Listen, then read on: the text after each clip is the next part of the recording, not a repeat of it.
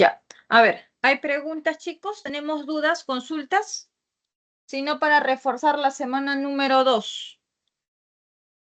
Si no hubieran consultas, voy a ir pasándoles aquí sobre la configuración electrónica del átomo neutro, ya que en esta semana se vio todo con respecto al... Ok. Y vamos a reforzar lo que es configuración electrónica de un anión, configuración electrónica de un catión, ¿no? Los que tienen dudas, a ver, los escucho. Quería saber si el radio atómico dependía de cuántos electrones tiene un átomo o elemento. Claro, claro que sí depende, Eric, porque acuérdate que cuando nosotros estudiamos el radio de un átomo, ¿no? El radio de un átomo está obviamente relacionado con el volumen del átomo, ¿no? Mientras mayor sea el volumen del átomo, entonces vamos a ver que ahí el tamaño del radio va a ser mayor. Ahora, de acuerdo a la teoría que se ha estudiado, el volumen de un átomo, ¿quién lo determina? Lo determina la nube electrónica, ¿no? Y cuando nosotros tenemos más niveles cuando el átomo tiene, en este caso, si estamos hablando de átomo neutro, entonces va a ser dependiendo de ese número de protones, que al final viene a ser lo mismo que el número de electrones, ¿no? Ya que en un átomo neutro hay que recordar que se cumple al famoso pez, ¿no? Entonces, podríamos decir en ese sentido que sí está relacionado con los electrones. No sé si respondí tu pregunta, Eric. Siempre se relaciona. Eh, ¿Cómo que siempre? O sea, a ver, déjame compartir pantalla.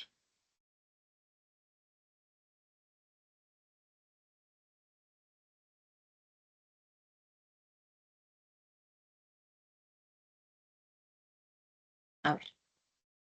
Nosotros tenemos en un átomo la parte central que se conoce como núcleo, donde están los protones y los neutrones. Y tenemos la zona extranuclear, donde se encuentran los electrones. Entonces, mientras más electrones se tiene, tú vas a ir distribuyendo en los niveles, ¿no?, del átomo. En el caso del nivel 2, por ejemplo, entran 1, 2, 3, 4, 5, 6 electrones. Entonces, mientras más electrones, ¿qué observas? Si yo tengo solamente en un átomo neutro, donde se cumple el famoso pez, que los protones son igual a los electrones. Si los protones, por ejemplo, son igual a 3, entonces el número de electrones es igual a 3. Tú vas a tener el radio de un átomo solo hasta el nivel 2. Si tú tienes tu Z 11, ¿no? O sea que el número de protones es 11, vas a tener 11 electrones, entonces tu nivel de ese radio ya no va a ser hasta el nivel 2, sino va a ser hasta el nivel 3, ¿no? Porque si tú realizas la configuración, esto correspondería al átomo de sodio y el átomo de sodio va hasta el nivel 3. Entonces, a medida que está aumentando tus electrones, va a aumentar el nivel y eso implica que tu radio atómico también esté incrementando. Eso sería la relación que tenemos con respecto a los electrones, ¿no? Miss, pero en el cuadernillo nos muestra una tabla y dice que el radio atómico crece hacia la izquierda. Cuando comparo el potasio, que tiene 19 electrones, ¿no sería más pequeño que el calcio, que tiene 20? O sea, tú me estás preguntando la tendencia la tendencia del tamaño del radio atómico con el Z. Ah, claro. Es que es diferente, por eso te digo, tú me estás preguntando con los electrones o tú me estás preguntando con los protones, porque esto solamente se va a cumplir cuando tú tienes, por ejemplo, el átomo neutro, ¿no? Porque cuando nosotros, por ejemplo, observamos la tendencia del radio atómico, ¿no? En la tabla periódica, la tendencia que te dice que el radio aumenta hacia abajo y aumenta hacia la izquierda. Entonces, lo que pasa es que aquí hay dos principios que no los estudiamos, ¿no? Nosotros simplemente decimos, mira, ustedes tienen que aprenderse que el radio atómico, en el caso de un periodo, no se analiza de la misma forma que se analiza en un grupo. Porque en el grupo, por ejemplo, lo que yo te estoy explicando sería la tendencia que estaría trabajando en un grupo, porque tú vas aumentando los electrones y al distribuirse los electrones, ellos van yendo al nivel 1, al nivel 2, al nivel 3. Y es obvio, ¿no? Entonces, por eso es que el tamaño del átomo aquí es más grande, aquí es más grande y aquí es más grande. Pero si nosotros nos ponemos a analizar en el sentido de periodo, no funciona de la misma manera. Porque en el sentido del periodo, cuando tú tienes, por ejemplo, ya, cuando tú tienes, por ejemplo, eso es verídico. Cuando tú tienes en el mismo periodo, por ejemplo, tienes el mismo número de protones, entonces en el mismo periodo, en el mismo nivel, cuando tú vas aumentando los electrones, la fuerza electrostática entre el núcleo y los electrones, a medida que va aumentando los electrones, hace que esa fuerza electrostática entre el núcleo y los electrones vaya siendo más fuerte. Es por eso que en el periodo los átomos cada vez hacia la derecha son más pequeños. ¿Por qué? Porque tiene más electrones. Entonces, al tener más electrones, se siente más atraído hacia el núcleo. Entonces, en el periodo funciona de esa manera, pero en el grupo funciona de la manera como va incrementando los niveles. ¿Me entiendes? Ah, ok, Miss. Gracias. Eso, ¿ya? Entonces no se generaliza porque existe un efecto diferente en el grupo y existe un efecto diferente en el periodo, ¿no? ¿Ya? Listo.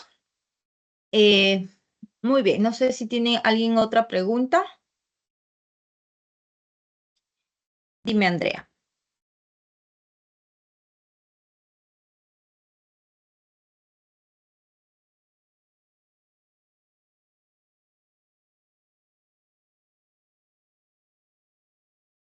A ver, ¿qué dice? Si hay más protones que electrones, los protones atraen. Eso, es justamente lo que explicaba, ¿no, Eloy? En el periodo funciona de esa manera, ¿no? Entonces, mientras más van aumentando los protones, ¿no? Entonces los electrones van a atraerse fuertemente hacia el núcleo y por eso es que el radio es más pequeño, ¿ya? Es justamente esa la explicación. A ver, dice, podría ser la uno de... A ver, vamos a ver, ¿cuál es la uno de propuestos?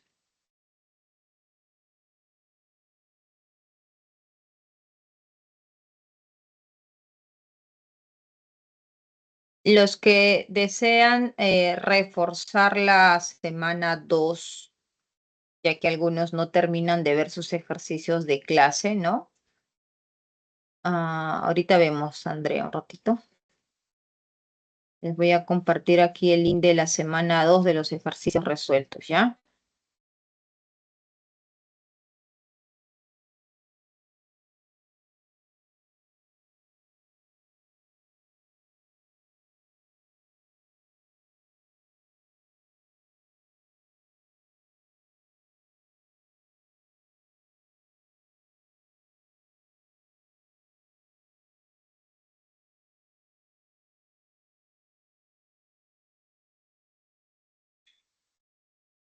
Estamos en la semana 2, José. Igual en las consultas académicas se pregunta la semana 1, la semana 2. Normalmente hacen las preguntas correspondientes a la semana, ¿no?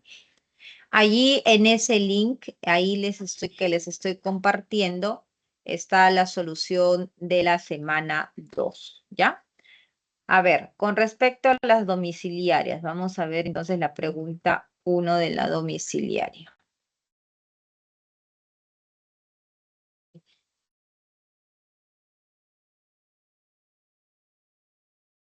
Tus ojitos. Ya voy a descansar un poquito. ¿Ok? ¿En la hora de comer puedo ver comiendo? Sí, Eva. A ver, voy a tomar en serio.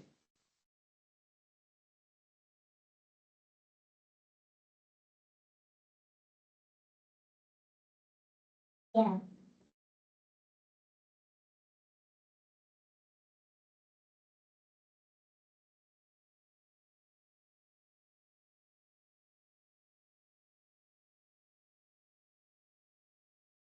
Ya, y ahorita vamos a ver, ¿ya? Ahorita te presento los ejercicios propuestos. La teoría está aquí. La pregunta 1. A ver, ¿qué nos dicen en la pregunta 1?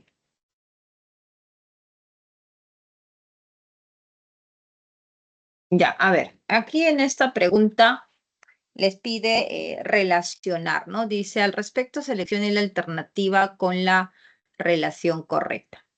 A ver, ¿a quién se le atribuye descubrir el electrón? A ver, ¿se acuerdan? Teoría, vamos a empezar con la teoría. ¿A quién se le atribuye el descubrir el electrón? ¿Qué científico? Thomson. Ya, muy bien. Thomson, ¿cierto? Entonces aquí vamos a colocar el electrón. Uy, aquí no puedo escribir.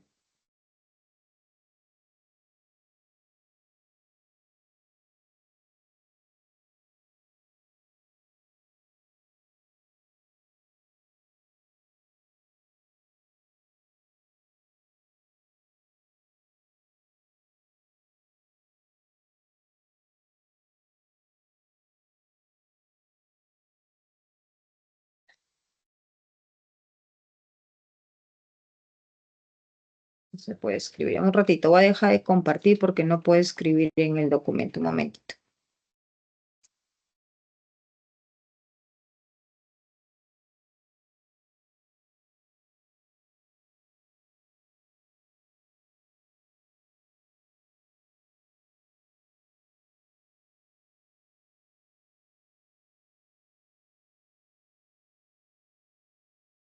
Ya, ahora sí. Aquí tienen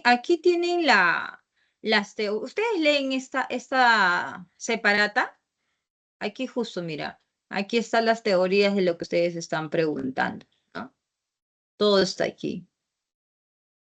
Vamos igual a explicar ahorita, ¿no? Por ejemplo, lo que me está preguntando su compañero en la pregunta 5, ¿no? Que corresponde a los experimentos de Heisenberg, me parece. ¿Cuál es la pregunta número 5? La ecuación de onda de de Broglie, Rödinger, ¿no? Einstein, de Broglie, Heisenberg, de la mecánica cuántica, ¿no? Aquí está todo eso de ahí. Bueno, no es tan claro tal vez en una simple lectura porque son tantos nombres y como por ahí que se pierden, ¿no? Pero aquí está una secuencia, ¿no? Miren lo que nos dice acá. La teoría atomista de Leucipo y Demócrito del siglo V, ¿no? Antes de Cristo quedó relegada hasta inicios del siglo XIX, cuando Dalton plantea nuevamente un modelo atómico surgido en el contexto de la química, ¿no? En el que se reconoce propiedades específicas para los átomos de diferentes elementos. O sea que existe una secuencia de los científicos para poder descubrir cómo o qué era un átomo, ¿no? Porque no se sabía qué cosa o cómo estaba conformado un átomo. Luego dice, luego surge el modelo de Thomson, ¿no? El que estábamos hablando, en el cual el átomo es una esfera sólida positiva con electrones incrustados y es a través del experimento de Rutherford y su modelo de átomos planetario por el cual se establece que que en el núcleo se ubican los protones y en la zona extranuclear los electrones. Posteriormente, el modelo de Bohr plantea la existencia de órbitas permitidas y finalmente el modelo actual del átomo plantea la existencia de orbitales donde es más probable encontrar al electrón. Nos menciona que Chadwick, ¿no? Es quien realiza o descubre los electrones, los neutrones, ¿no?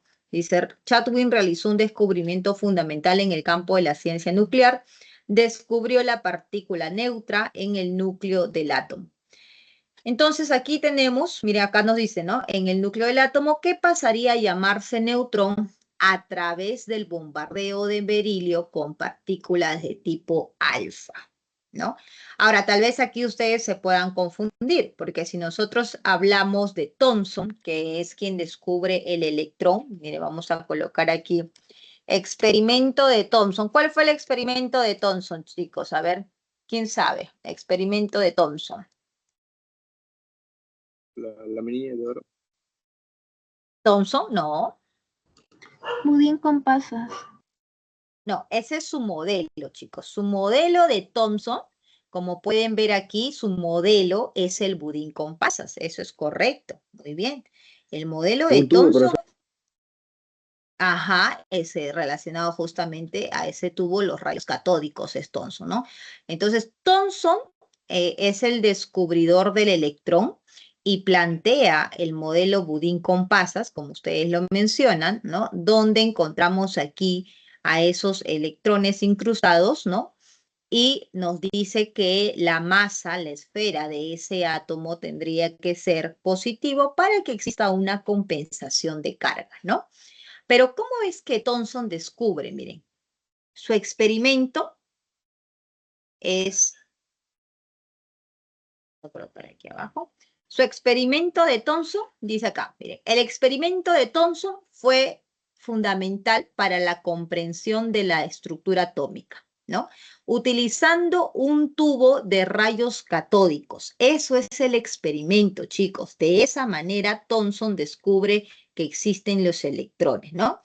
Dice, utilizando un tubo de rayos catódicos, Thomson descubre que los rayos catódicos estaban compuestos por partículas negativas a los que llamó electrones. Este hallazgo llegó a la formulación de un nuevo modelo atómico donde los electrones se encuentran dentro de una esfera de carga positiva, que es justo lo que estábamos explicando, ¿no? Entonces, cuando Thomson hace su experimento de los rayos catódicos, ¿no? Entonces ahí es donde descubre el electrón y ya ve que ese electrón tiene carga negativa y plantea ese modelo, ¿ya? Entonces, acuérdense, Thomson, electrones, experimento, los rayos catódicos. Muy bien. Ahora, Rutherford. ¿Qué descubre Rutherford, chicos? ¿Qué es lo que descubre Rutherford? ¿Con quién relacionamos a Rutherford? Con el protón. Ajá, muy bien. Rutherford descubre los protones, ¿correcto? Rutherford descubre el núcleo, ¿ya? Él es el que nos habla del núcleo. Ahora la pregunta es, ¿y cuál es el experimento que hizo Rutherford? Acá vamos a La ir minilla de oro, colocando. profesora. Ajá, muy bien, exactamente. Thomson, si ustedes han visto de aquí, han visto la solución de la semana 2 de mi canal, levanten la mano los que han visto la solución de la semana 2 de mi canal. Nadie. Ya, ahí ese enlace que les he compartido del YouTube. Ahí, en esa solución en la solución de mi canal, ahí yo explico, ¿no? Inclusive ahí hablo sobre bueno, sutilmente, no tan específico, pero les explico justamente el experimento de la lámina de oro, les menciono justo de Heisenberg, ¿no? Entonces, ahí después que terminen las clases o cuando van a estar estudiando química, refuercen ahí viendo la semana 2 de los ejercicios de la semana 2, ¿ya? Entonces, continuando aquí con la explicación, chicos, Rutherford, ¿ya? Descubre los protones porque Rutherford nos habla del núcleo, ¿no? Aquí el protón tiene carga positivo, aquí él nos habla del núcleo. Y el experimento que realiza Rutherford, miren, acá vamos a colocar, es justamente con la lámina de oro, ¿no? Ahora, hay que tener cuidado porque hay dos experimentos que están relacionados con la lámina de oro, que podría haberles causado duda. Profesora, yo vi que el descubrimiento del protón está con la lámina de oro, pero el descubrimiento del electrón también está con la lámina de oro, perdón, con las emisiones de tipo alfa, ¿no? Entonces, la diferencia con respecto al experimento de Rutherford y del protón y el experimento del neutrón va a distinguirse justamente en el tipo de lámina, ¿no? El caso de la lámina de oro sí es exclusivamente para Rutherford con las partículas de emisiones alfa, ¿ya? Y en el caso de los neutrones vamos a ver que utiliza esas partículas, las partículas alfa, pero utiliza otra laminilla, ¿no?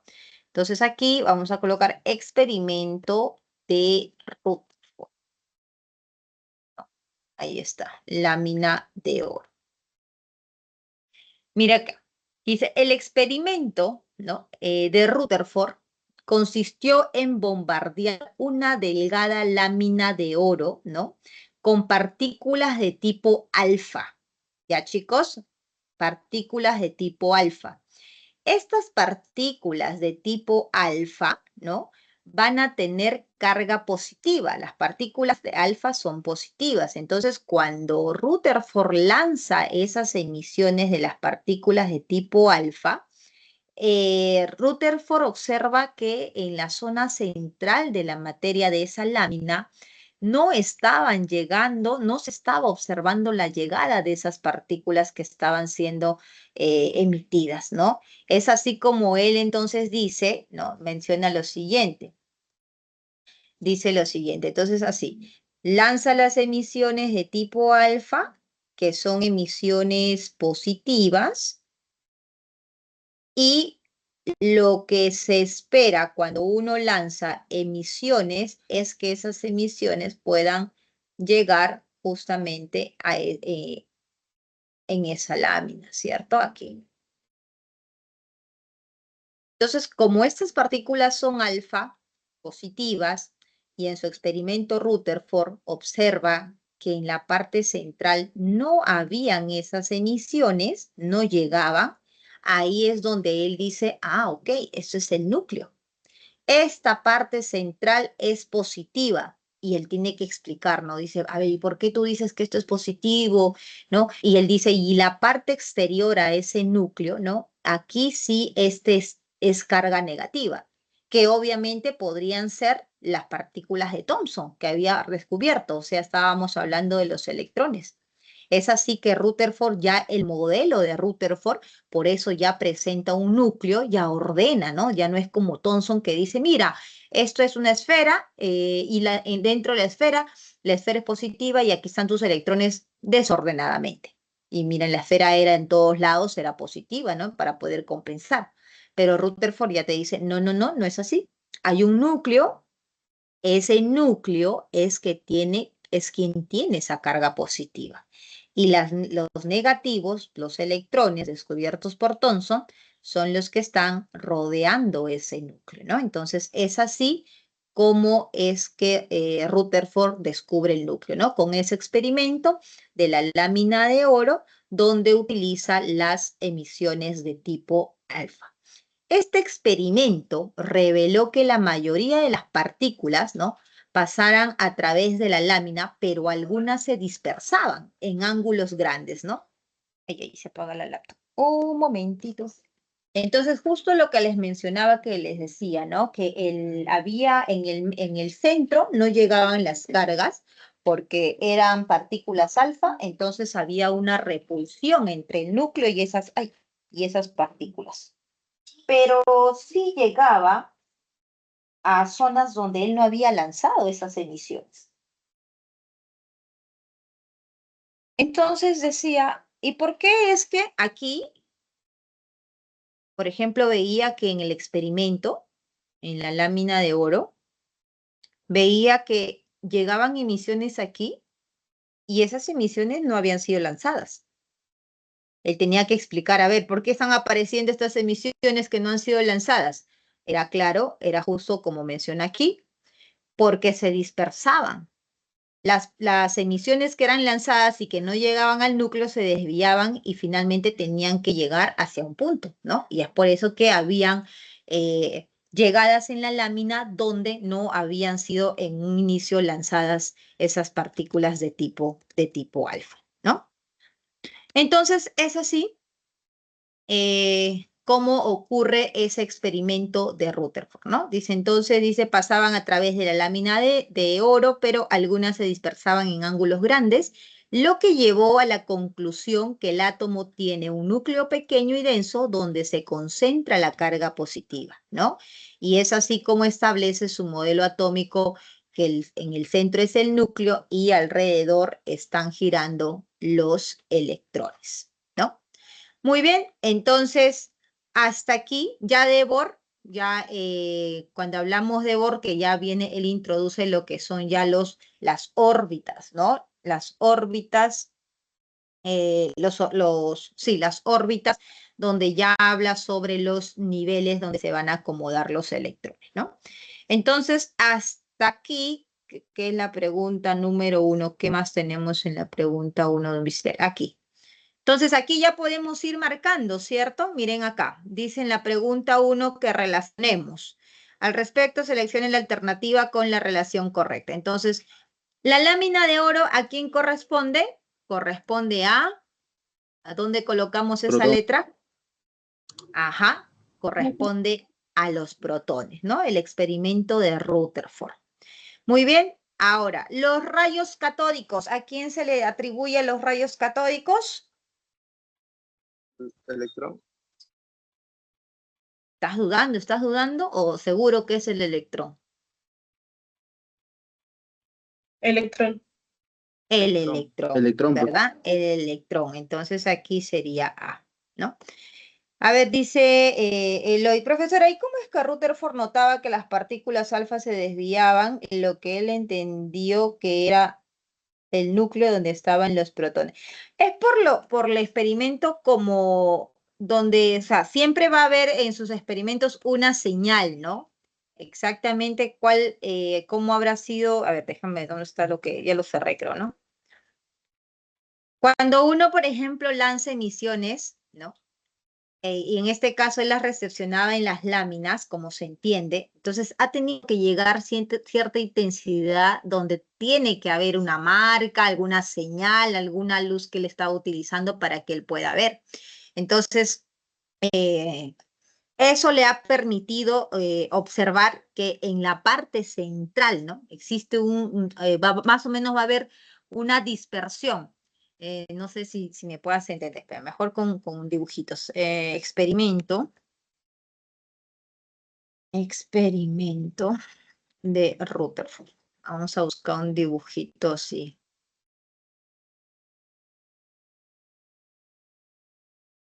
Tal vez este de acá, ¿ven? Por ejemplo, a ver, más o menos para que me puedas comprender aquí con esta imagen. Una imagen, una pestaña nueva. Aquí, mira. Más o menos así funciona, ha tenido que hacer el análisis de lo que él ha observado en su experimento. Él lanza las emisiones y en esta parte central. Ahora, obviamente que esto es una representación como estaría ocurriendo en un átomo de oro, ¿no? Estamos claros que nosotros no podemos ver los átomos, pero sí podemos observar la tendencia, cómo es que toda esa secuencia de emisiones se estaría repitiendo alrededor de toda esa llegada después que atravesara esa lámina de oro. Entonces, lo que estamos viendo aquí es que las emisiones que están siendo lanzadas aquí, como pueden observar, en la parte central, él no veía las llegadas aquí. ¿Te das cuenta? Donde está justamente pasando este espectro, él no estaría observando ninguna emisión. Ahora, la pregunta tú me dices tal vez, ¿cómo es que vio? O sea, exactamente tendríamos que ponernos a leer cómo ha sido su experimento tal cual. No sé si es que habrán publicaciones sobre su experimento, posiblemente no, ¿no? Y ver exactamente cuáles fueron las técnicas que él utilizó, porque hay muchas maneras de poder saber si es que está llegando una emisión de luz. Lo pudo haber hecho, sí, a oscuras para que vea si es que existe alguna radiación que está apareciendo. Lo pudo haber hecho con alguna luz no visible para que vea si es que también están apareciendo los haces, ¿no? Entonces hay muchas maneras de que él pudo haber observado que en la parte central donde se hacía esa incidencia de las emisiones no llegaba nada y que alrededor, ¿no? Alrededor de todo donde lo que correspondería a la parte externa de esa materia, que es justamente donde él después explica, ¿no? Que están los electrones, ya sería esa parte de la zona extranuclear donde están ubicados los electrones y que permitiría el paso justamente porque tienen carga negativa. Entonces, al ser positivo y negativo, permite que estos puedan llegar que esas emisiones alfa puedan pasar esa lámina, ¿no? Sin embargo, al ser el núcleo parte central positivo y la emisión también positiva, hay una repulsión y por eso es que no permitía el paso y de esa manera, él tal vez en el momento que hizo el estudio, ¿no? Entonces tal vez observó manchas así de este tipo y en la parte central nada, manchas de este tipo, ¿no? Y en la parte central nada, ¿no? Más o menos pudo haber sido de esa manera que le permitió decir, ah, mira, existe una parte central donde no existe la carga y ahí viene justamente su explicación. ¿Sí? ¿Me dejé entender? Listo, Eloy. Muy bien, entonces, continuando aquí, el experimento del neutrón, ¿no? Como les decía, en el experimento del neutrón, que fue por Chadwick, ¿no? También utiliza las emisiones de tipo alfa, ¿no? Dice acá, ¿dónde está el experimento? Aquí.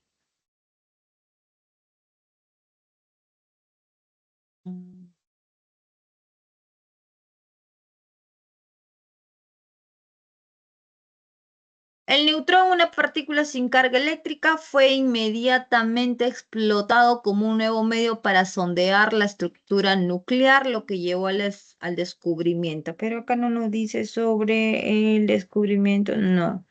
Experimento para descubrir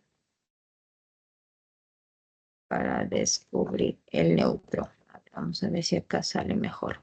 Ah, ya, aquí está mejor, mira.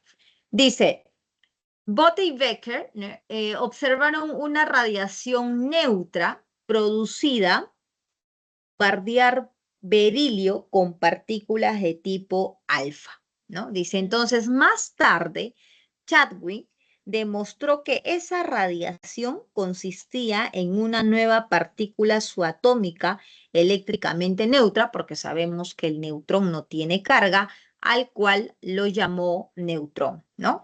Explicando así las masas relativas de los núcleos atómicos. Ya nosotros sabemos que en la parte central del núcleo, ¿no? Donde se encuentran los nucleones, ¿no? Decimos partículas, los nucleones en el núcleo, ya que están aquí el protón y el neutrón, entonces ellos son los llamados nucleones fundamentales, ¿no? Muy bien, entonces aquí cuando nos dice el bombardeo de alfa, ya nosotros podríamos pensar que es relacionado a Rutherford, que descubre el protón, pero con la lámina de oro ya somos más específicos, que sabemos que eso sí o sí es lo que le corresponde al experimento de Rutherford y que descubre el protón. Entonces, por ende, prácticamente por descarte, podemos decir que ese bombardeo con las radiaciones alfa le estarían correspondiendo al experimento para descubrir los neutrones por Chadwick, ¿ya? Entonces a él se le atribuye ese experimento de bombardeo a berilio con partículas de tipo alfa. Muy bien, entonces aquí, ¿dónde estamos? A la vez sería en el neutrón, ¿correcto?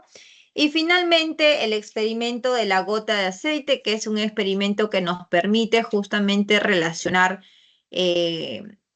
la carga, como dice acá, con la masa del electrón, ¿no? Eso sería entonces con respecto a esa pregunta número 1. Aquí en el internet, chicos, inclusive en YouTube, si ustedes quieren conocer un poquito más sobre los experimentos, ¿no?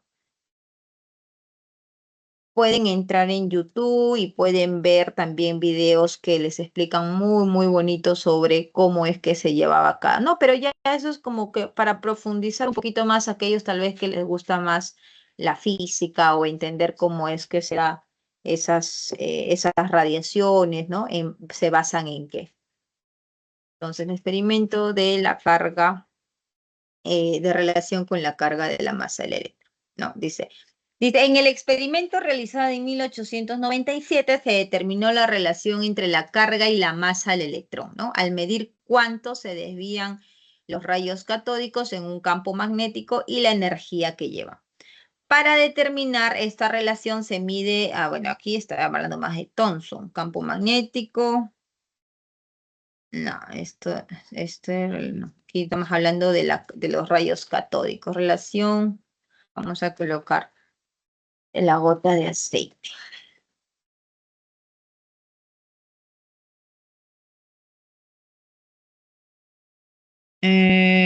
Aquí está, creo que ahí está. Este es el experimento de la gota de aceite, ¿no? Dice, el experimento de la gota de aceite fue realizado por Robert Millikan y Herbert Fletcher en 1909. Dice, el objetivo era estudiar las propiedades de la carga eléctrica analizando el movimiento de gotas de aceite en un campo uniforme, ¿no? El experimento demostró que la carga eléctrica de los electrones era constante e indivisible, validando la teoría de Thomson sobre las partículas subatómicas, ¿no? Es así entonces como se descubre esa carga del electrón, ¿no? Entonces van haciendo las emisiones de rayos X, las radiaciones de rayos X, y van dejando caer gotita, gotita, gotita de aceite, ¿no? Entonces, en eso se basa ese experimento de la gota de aceite, ¿no? Entonces, aquí tendríamos la letra D, ¿ya?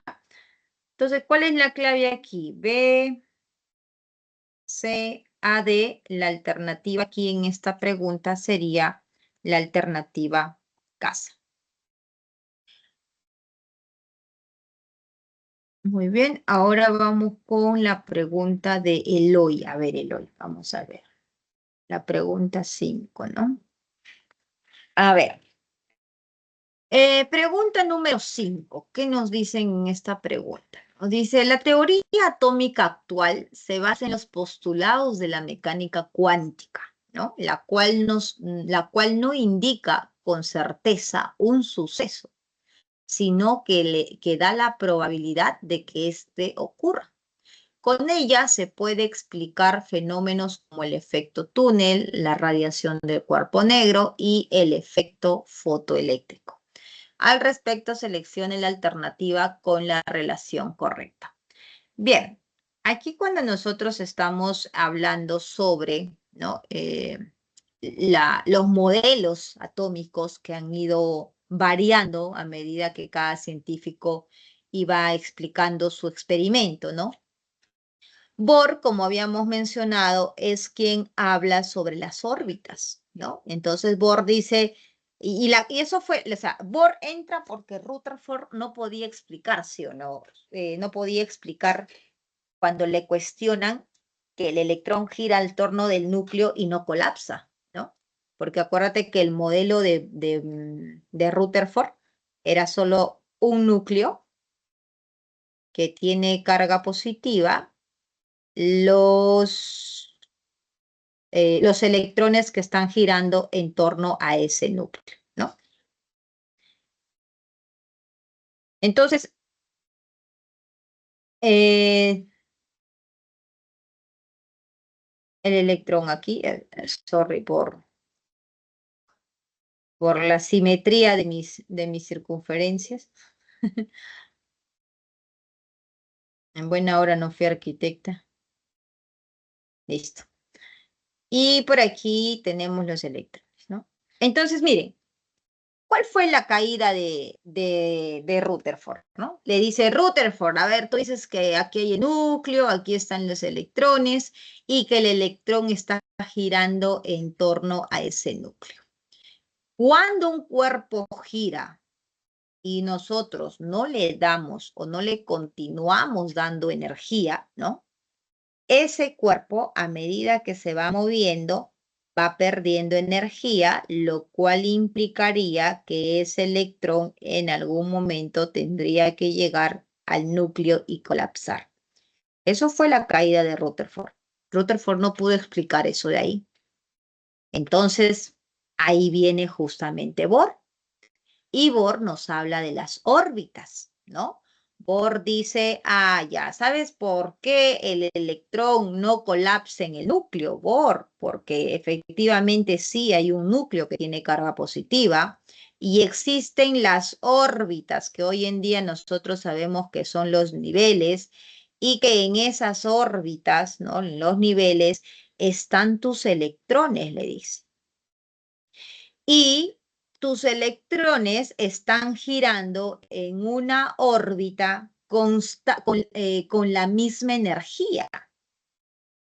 Están con una energía constante. ¿Y por qué no llega al núcleo? ¿Por qué no colapsa?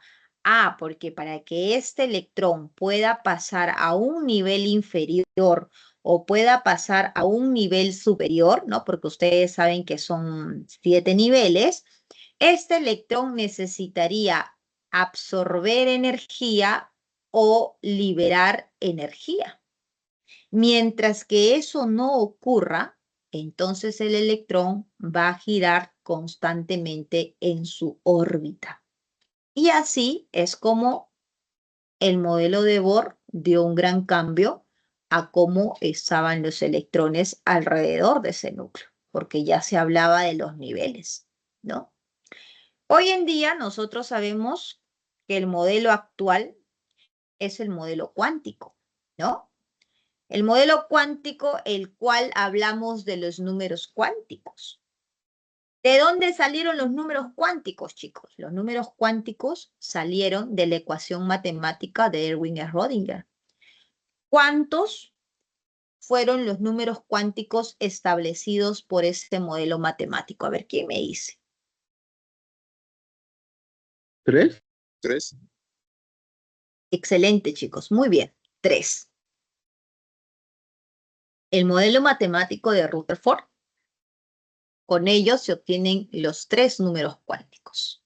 El nivel, el subnivel, el m sub s. Pero cuando nosotros hablamos de la probabilidad de encontrar un electrón alrededor del núcleo, o sea, en un átomo, ¿cuántos números cuánticos estudiamos?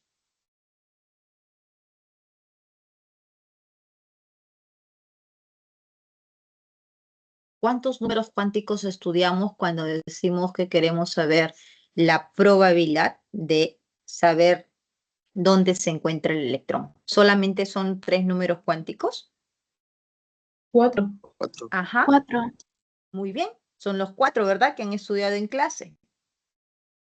Ah, perdón, M sub L es acá. Son 4 números cuánticos que ustedes tienen que saber, ¿no? Entonces, la teoría cuántica, ¿no? No solamente se le atribuye todo a Erwin Schrödinger, chicos. No. Aquí, no sé si en este, creo que aquí también nos hablan. A ver, déjenme ver. Aquí miren la teoría de Dalton, de Thomson, Rutherford, Bohr y el modelo de la mecánica cuántica. Dice lo siguiente, mira. Plantea el concepto de orbital. Diferenciar órbita con orbital. ¿Todos tienen claro eso? ¿Alguien tiene duda entre una órbita y un orbital? ¿O todos estamos claros? ¿Sí? Ya, muy bien, ¿no? Órbita es atribuido al modelo de Bohr, como habíamos mencionado los niveles, pero orbitales, ya hablamos. Párate, mi amor, ¿qué haces en el piso? Orbitales, hablamos de la gran o la mayor probabilidad de poder encontrar los electrones, ¿no? Entonces, cuando nosotros mencionamos aquí los 4 números cuánticos, es para poder saber conocer esa máxima probabilidad. Aquí nosotros decimos lo siguiente, mira, con el modelo de Erwin Schrödinger ya nos aproximamos más a saber cuál es la ubicación de un elemento, ¿no? No vamos a tener la certeza, la seguridad de que, mira, esta es la ubicación de un electrón. No, no se puede. Y justamente los aportes que vamos a mencionar en un momento son los que han permitido trabajar hoy en día y tener el modelo cuántico, ¿no? Entonces decimos lo siguiente, hay un núcleo, hay niveles, que justamente es esta letra N que representa nuestros niveles, pero dentro de esos niveles están los subniveles. Los subniveles aquí, los subniveles aquí, que justo es ese valor de L. Y dentro de esos subniveles aquí viene, chicos, el famoso orbital. Aquí están los orbitales, ¿no? Como les dije, el orbital es esa máxima probabilidad de encontrar el electrón. Por eso es que cuando nosotros definimos qué es un orbital, lo conocemos como el famoso REMPE, ¿cierto? ¿Han escuchado sobre el REMPE? ¿Qué significa REMPE? REMPE es prácticamente sinónimo de orbital, pero ¿qué significa? ¿No? Es una región donde hay mayor probabilidad de encontrar electrones. Efectivamente, y ahí está la letra de cada uno. Región energética espacial de máxima probabilidad electrónica. Eso es REMPE. O sea que es la zona donde tú tienes alta probabilidad de encontrar a los electrones. ¿Y eso dónde va a ser? En el orbital, en la casita del electrón, aquel donde ustedes ponen dos electroncitos como máximo, uno mirando hacia arriba y otro mirando hacia abajo, ¿no? Entonces, estos son los tres números cuánticos establecidos por la ecuación matemática de Erwin Schrödinger. Este último número cuántico, el m sub s, ya se atribuye o se pone de manera convencional para que podamos distinguir a un electrón del otro que se encuentra en el mismo orbital. Porque acuérdense que hay un principio, ¿no? El principio de Pauli. ¿Qué nos dice el principio de Pauli? A ver, ¿quién me dice el principio de Pauli?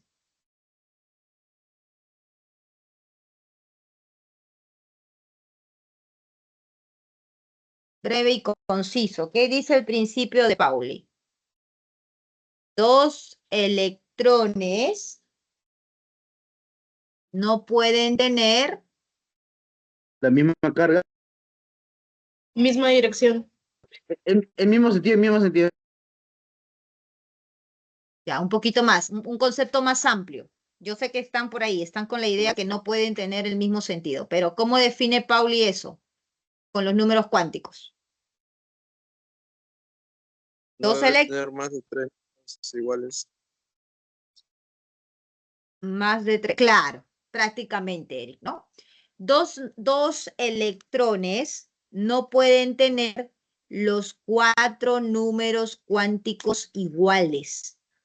Entonces, por ejemplo, si yo digo estos dos electroncitos que estoy dibujando aquí, miren chicos, vamos a pensar que están en el nivel 2s2, ¿ya? Estoy inventando. Y aquí está 1 y aquí está 2. Entonces, ustedes saben que para este electroncito, su nivel es 2.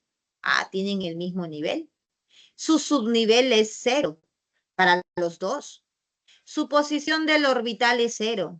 Hasta aquí los dos tienen los 3 números cuánticos. Y Pauli dice que dos electrones no pueden tener los 4 números cuánticos iguales. Es por eso que esto tiene que distinguirlos.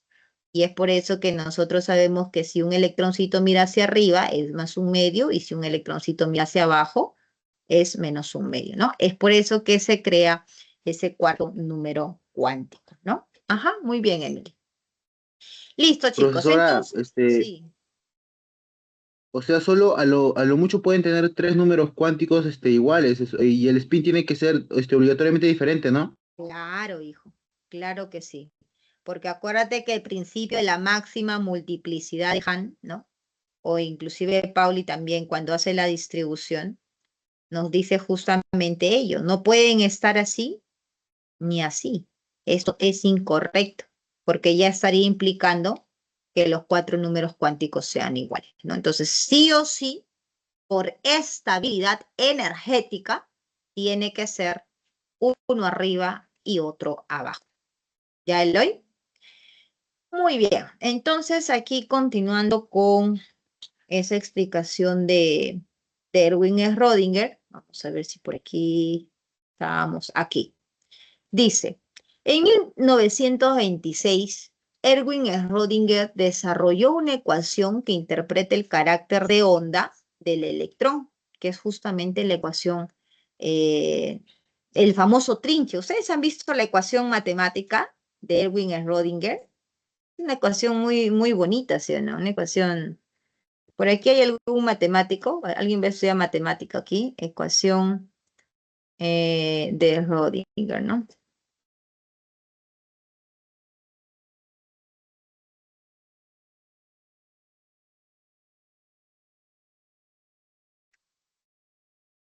Miren, esa es la ecuación de Erwin Schrödinger. No, ni siquiera hay muchos números, ¿no? Más son trinches, son derivadas. Entonces, esta ecuación, ¿no? Es que el cual le permite determinar justamente los tres números cuánticos, ¿no? Entonces dice, desarrolla una ecuación que interprete el carácter de onda del electrón. Aquí viene el aporte de de Broglie, ¿no? Entonces dice así, que juntamente con el principio de dualidad, ¿qué significa el principio de dualidad? Es porque Broglie dice que el electrón, ¿no? Se va a comportar de dos maneras. Se va a comportar como onda y se va a comportar como partícula. Y en realidad eso ocurre, pues chicos. Por eso que en la ecuación que nosotros hoy en día hablamos del modelo de la mecánica cuántica, todos esos aportes, ¿no? En este caso de Erwin Schrödinger, el modelo matemático, el aporte de la dualidad de la onda-partícula de de Broglie también es considerado. Y no solamente ello, mira, sino que acá también dice, y el principio de incertidumbre de Heisenberg, ¿no? ¿Qué significa el principio de incertidumbre de Heisenberg? Ese principio nos dice lo que acabamos de mencionar, que nosotros no podemos saber con exactitud cuál es la posición de un electrón. No podemos, chicos. Hablamos simplemente de una gran probabilidad.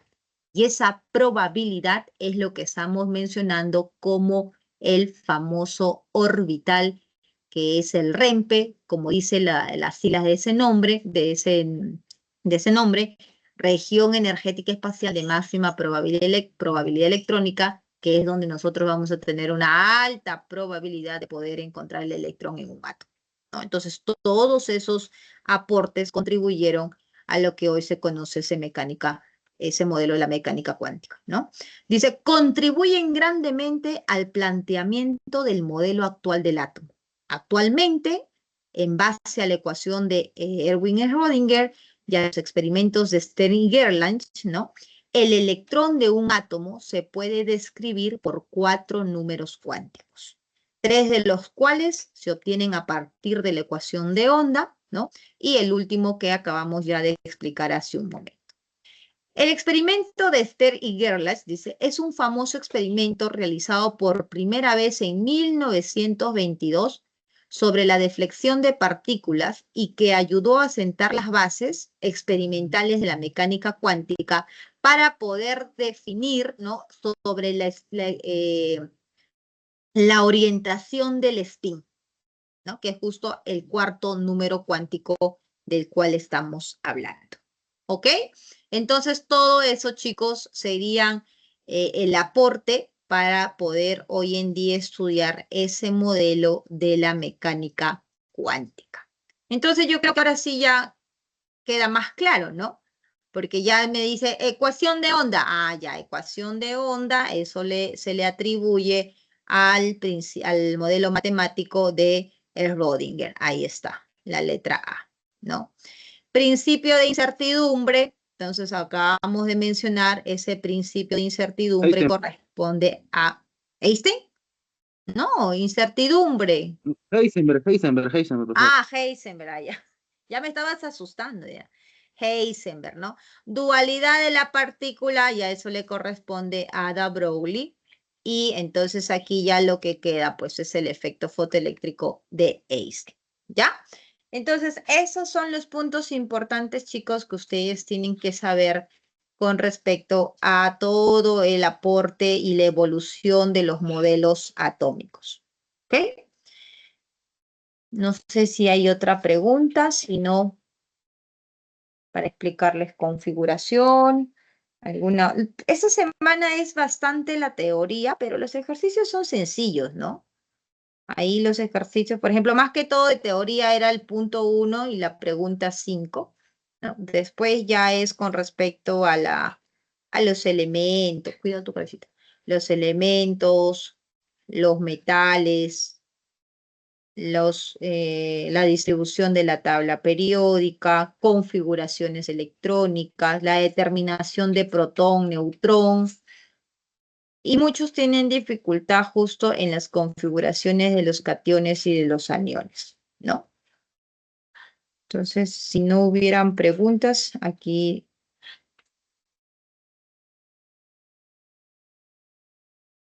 A ver, aquí...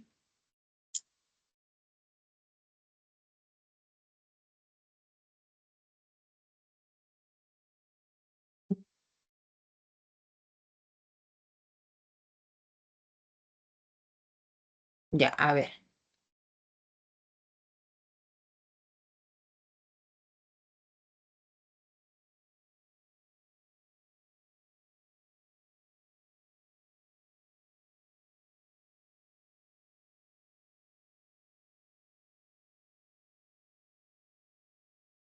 Ya, a ver, ¿les parece si vemos aquí sobre la configuración electrónica de un átomo neutro? ¿Sí? Ya ahí vemos la configuración de un cation, de un anión, o alguien tiene preguntas para poder resolver o aclarar, me hacen la consulta, ¿ya? Entonces, es importante que se entienda, ¿no? Diferencien qué es un átomo neutro, qué cosa es un anión y qué es un cation. Y sobre todo, diferenciar cómo realizar la configuración electrónica en cada uno de estos componentes, ¿ya? Entonces aquí voy a colocar, me avisan si se escucha primero. Voy a activar aquí.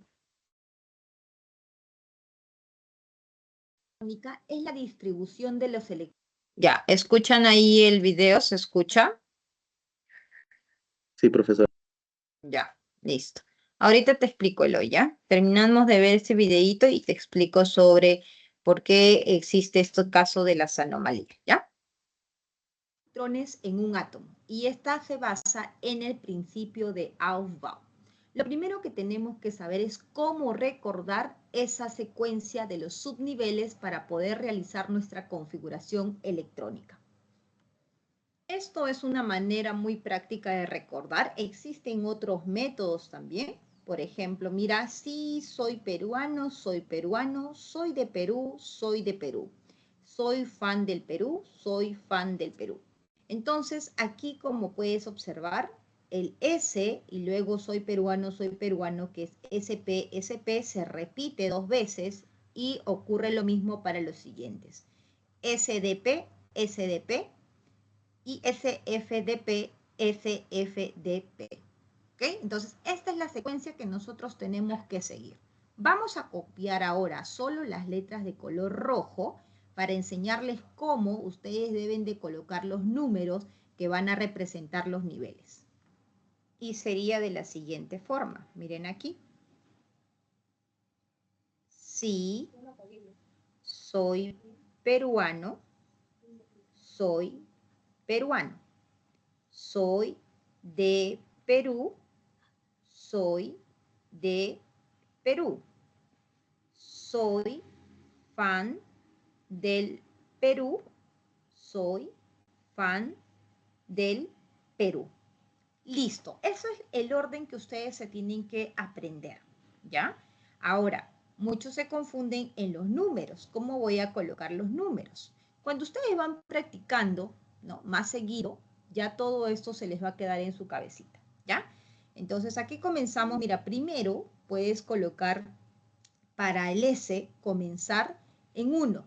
Siempre el S va a comenzar su nivel en 1 y enumera todos los S que tienes. Mira, S1, 2, 3, 4, 5, 6 y 7.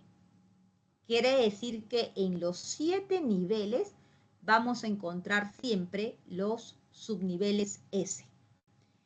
El subnivel P comienza a partir del nivel 2. Por eso es que ahora vamos a comenzar a enumerar el P, pero no vamos a comenzar en 1, vamos a comenzar en 2, ¿ya? El P comienza en 2. Y continúas, solo P. 3, 4, 5, 6, 7. Ahora D vas a comenzar en 3, ¿ya? El D comienza en 3, mira. 3, 4, 5 y 6. Y profesora, ¿y el F comienza en 4? Así es, el F comienza en 4. 4 y 5. Chicos, eso es lo que ustedes tienen que saber.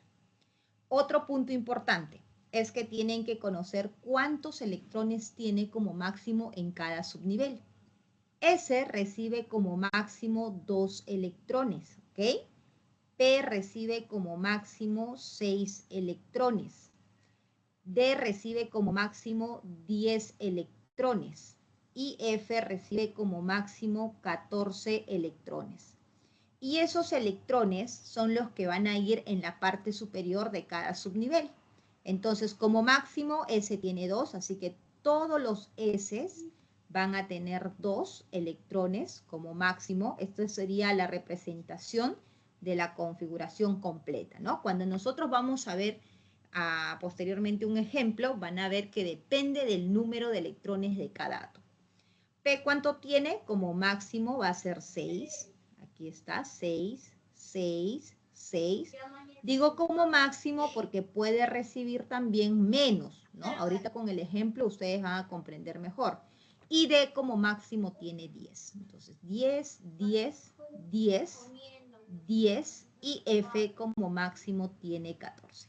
Chicos, así sería la configuración electrónica que nosotros debemos de estar familiarizados, ¿ok? Si no está claro esto, practica, repítelo varias veces hasta que entiendas. 1S2, 2S2, 2P6, 3S2, 3P6, 4S2, 3D10, 4P6, 5S2 y así sucesivamente hasta que encuentres, entiendas cómo es que va la secuencia. Otro punto importante, mira que te puedo dar un tips aquí, 1S2, 2S2 y 2P6, mira el mismo nivel 2,2 ocurre y se repite para el nivel 3, ¿no? 2S, 2P, 3S, 3P, hasta aquí nomás. Cuando ya pasas al nivel 4, donde tienes el 4S, 3D y 4P, quiero que observes, mira, 4, 4S, 4P, 1 menos. Y eso es el 3D. Y eso se repite para la siguiente secuencia. Mira, 5S, 5P, 1 menos, 4D. ¿Ok? Entonces, tienes que ver las formas de poder recordar esta configuración. Esta notación que te he colocado de sí, soy peruano, es una de las tantas que existe. Tal vez también ustedes se recordarán como el sí, sopa, sopa, se da pensión, ¿no? Se fue de paseo, se fue de paseo. Ya ustedes vean cuál escoge, ¿ya? Muy bien, entonces ya tenemos claro cómo se distribuyen los electrones en la configuración electrónica y ahora vamos a ver un ejemplo. Para realizar la configuración electrónica de un átomo neutro hay que recordar primero qué es un átomo neutro. Todos los elementos químicos tienen una forma de representar, tienen un símbolo. Y todos los elementos tienen su número atómico que es representado con la letra Z y su masa atómica que se representa con la letra A. Y también estos pueden presentar una carga que vamos a ver a este lado superior derecho. Cuando la carga es igual a 0, o sea que cuando nosotros no veamos carga, ¿no? Quiere decir que ese átomo es un átomo neutro, ¿correcto? Entonces, carga igual a 0 significa que ese átomo es neutro. ¿Y cómo sería que yo voy a observar eso en un ejercicio? Por ejemplo, miren aquí, voy a colocar el elemento de sodio. El sodio tiene un número atómico que viene a ser el Z, que es característico para poder identificarlo. Recuerden que el Z es el DNI de los elementos químicos. Su Z del sodio es igual a 11, ¿correcto? Y su masa del sodio es igual a 23. Esos son los datos que tenemos para el sodio. Cuando observamos de esta manera, así como están viendo, tal cual en la parte superior aquí derecha no hay nada, entonces esto corresponde al átomo neutro del sodio. ¿Ok? Átomo neutro de sodio.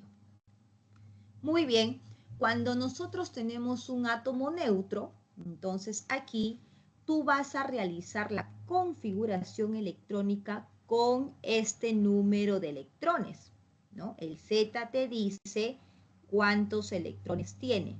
Tiene entonces 11 electrones. Y ahora sí, con ese número 11, tú realizas tu configuración electrónica. Como recordamos, acuérdate, mira, voy a colocar aquí el sodio 11 y su configuración electrónica sería: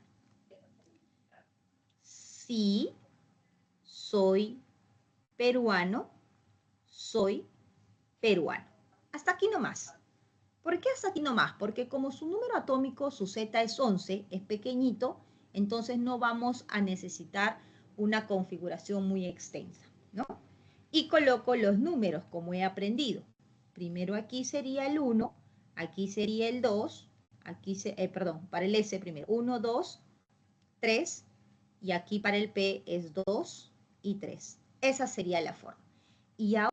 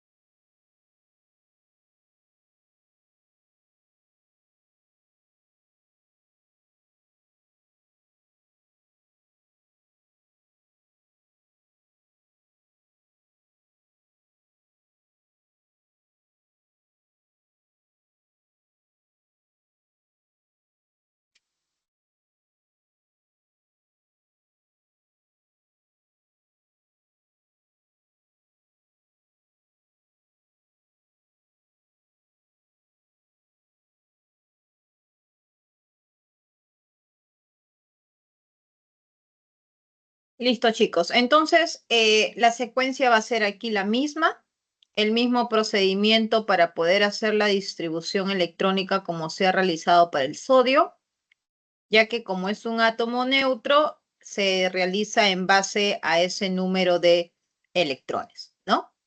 Y esa sería la configuración de tanto para el sodio, para el hierro o para cualquier átomo neutro, donde se estaría cumpliendo el principio de Aufbau. Aquí vamos a ir entrando ya justo a lo que su compañero preguntó, ¿no?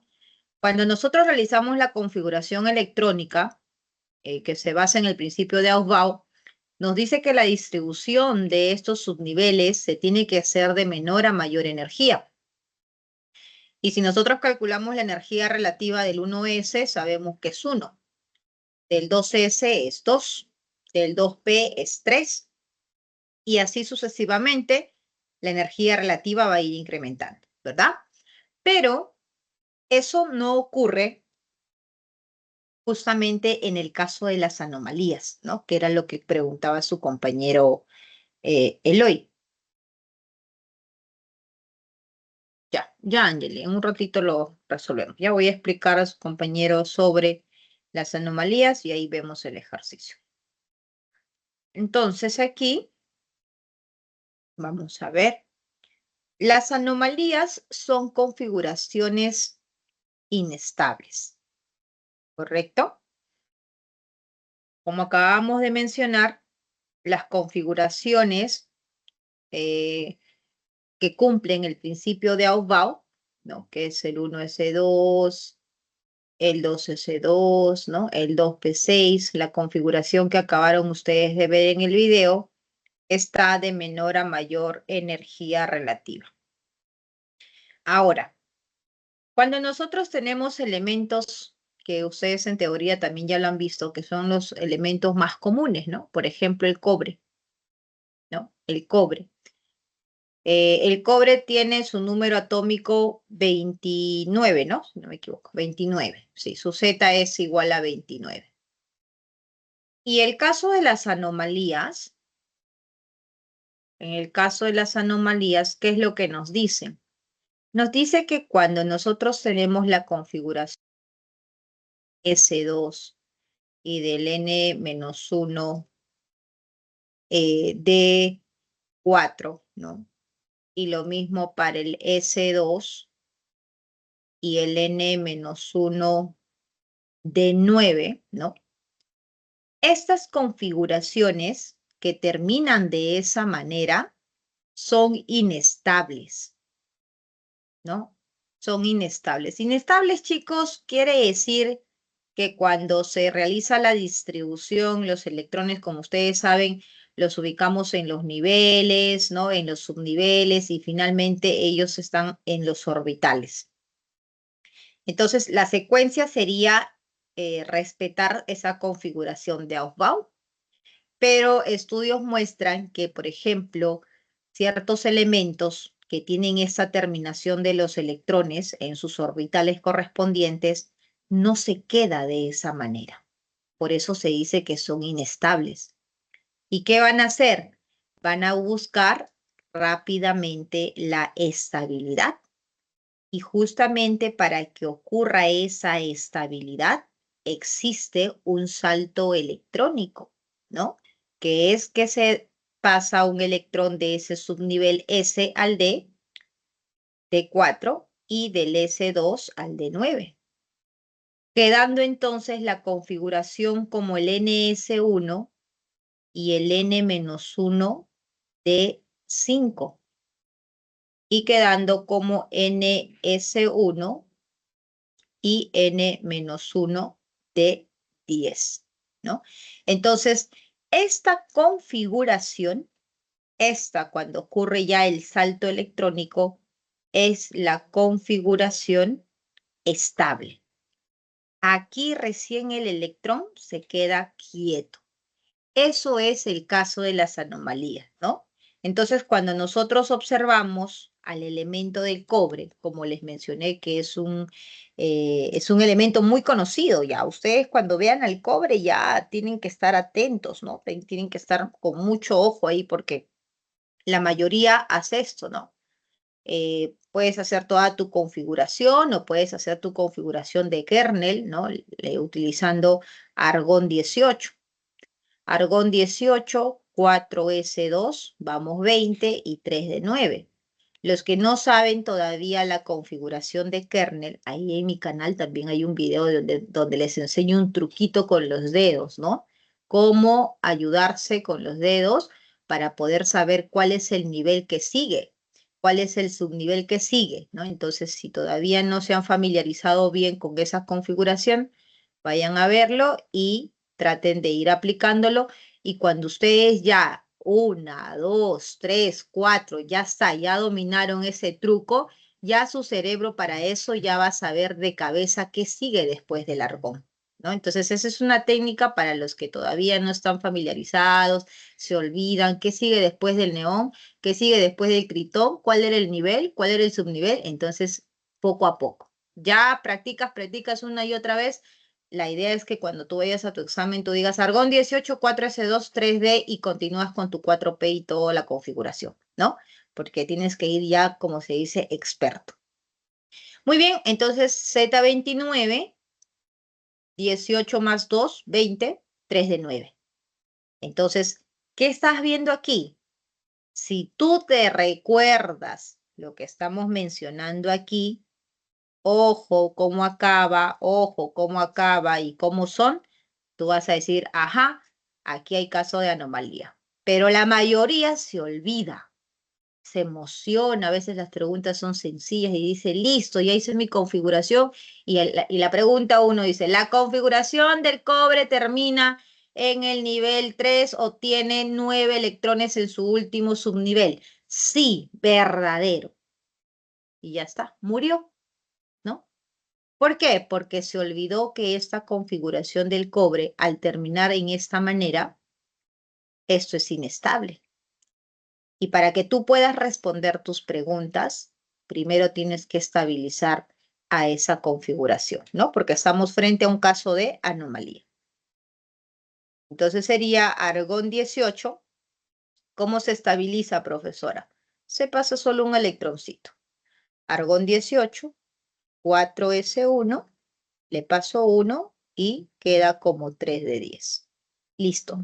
Ahora sí, en base a esta configuración, tú respondes, ¿no? Te decía, su último subnivel es 3 de 9. No, falso, ¿no? Porque el último subnivel que estamos viendo aquí es el 3 de 10, ¿no? Entonces, mucho cuidado al momento de resolver sus ejercicios y sobre todo con esos elementos donde vamos a ver que existen estos casos de anomalía. ¿Ya? ¿Quedó claro, Eloy? Sí, Creo profesora, que gracias. sí. Ok.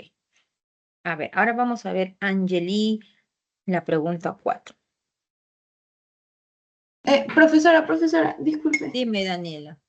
Quería hacer una pregunta porque yo hice la configuración electrónica de todos los que son de anomalías. Hice el oro, que es 79, Ya. y termina en 6S2, 4F14 y 5D9. Entonces, ahí Ujú.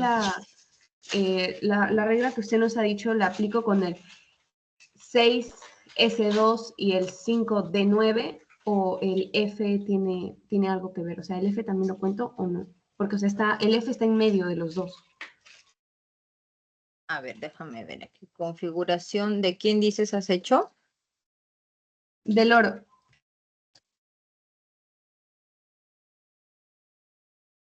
Ya, a ver, tienes configuración del oro. A ver, tienes 5S2, 5P6, ¿cierto? Tienes un número atómico, sí. Tienes 1S2, 3S2, 3P, 4S, 4P, 3D, 4S, 4P6, 3 de 10. Ya, ¿en cuánto dices que te termina la configuración? En 4F14 y 5D9. Ah, ya. Ahí le haces el salto electrónico entre el S y el D, hija. Ah, ok. ¿Ya? Listo.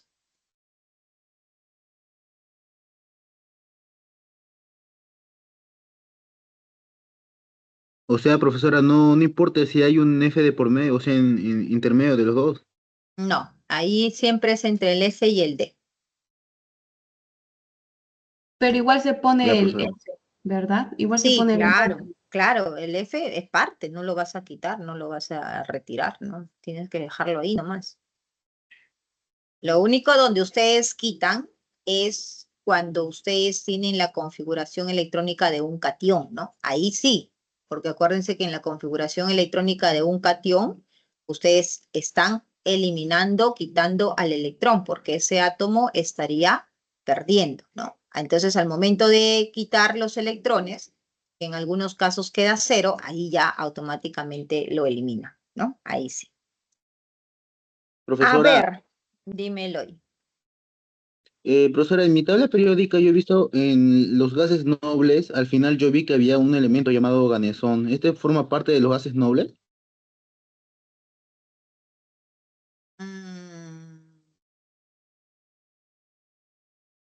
¿Hasta cuánto, en tu tabla periódica, cuántos periodos tienes? Considerando ese elemento. ¿Está dentro del periodo 7? No, ¿cómo va a estar 7? Si tenemos helio, neón, argón, criptón, xenón, helio, neón, argón, criptón, xenón, radón, y ese después de Sí, radón seguir. Ajá. el organezón está ahí. Entonces sí, si es que está ahí, sí, pues es un gas noble también. Porque acuérdate que ahorita estamos exactitos con el periodo 7 con los 118 elementos químicos. Entonces, algunas tablas les ponen 8 periodos y les ponen un montón de elementos químicos, ¿no? Y muchas veces son, pues, elementos, posibles elementos ahí que podrían ocupar el espacio. Entonces, esos todavía no se cuentan. Pero si está dentro del periodo 7, sí, ¿no? Pero no he visto, no se trabaja mucho, por ejemplo, con ese que mencionas, ¿no? Los elementos que más trabajamos. Ahora, también toca ver, hijo, porque no tengo claro si es que ese elemento que está en el grupo 7 que mencionas tiene las propiedades de los gases nobles. Entonces, puede que esté en el grupo, perdón, el grupo 8. Puede que esté en el grupo 8, pero habría que ver si es que este también está cumpliendo y ahí, si es que este se comporta de la misma forma que los otros que están en el grupo 8, ¿no? Que son los que ya conocemos, entonces ahí sí yo puedo decir que es un gas noble, porque no necesariamente porque está ahí va a comportarse como un gas noble. Acuérdate, por ejemplo, del hidrógeno. El hidrógeno está en el grupo 1A, pero no es un alcalino, ¿no? Porque el hidrógeno es un no metal. Entonces, eso hay que ver, Eloy, ¿ya? Si es que ahí busca información sobre él, si es que este se comporta de la misma forma que en su última capa de valencia tiene sus 8 electrones, ¿no? Y que tiene las propiedades de la familia del grupo 8, podemos considerar. Si es que por ahí puede que digan, no, está ubicado simplemente por la estructura, por los electrones que presenta, pero sus propiedades no son acorde al gases noble, entonces simplemente no lo consideramos. ¿De acuerdo? Está bien, profesora. Listo. Ahora sí voy con Angeli. Dejé de compartir Angeli porque había abierto un PDF que no me permite escribir, ¿no? Entonces, un momentito, por favor. Hay PDFs que sí te dejan, hay PDFs que no te dejan escribir.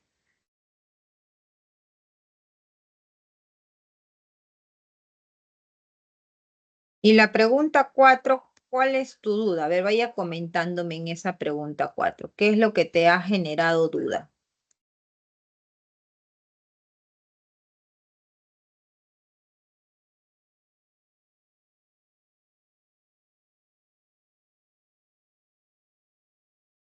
Angeli, Buenas tardes, profesora. ¿cómo estás? Pues es la pregunta en sí, no llego a comprender bien su estructura. O sea, ¿cómo podría hallar los neutrones y los electrones? Ok, ya, listo. Vamos a ver. Entonces, dice lo siguiente, vamos a ver. Los isótopos son variantes de elementos con diferentes números de neutrones. En producción de energía se usan isótopos radioactivos como el urano 235. Aquí, cuando nosotros tenemos un elemento con una rayita y un número al costado, tienen que saber que eso es la notación de la masa. Siempre, si ustedes, por ejemplo, van a encontrar el elemento de sodio y una rayita aquí que diga 23, esto es la masa que es la letra A es igual a 23.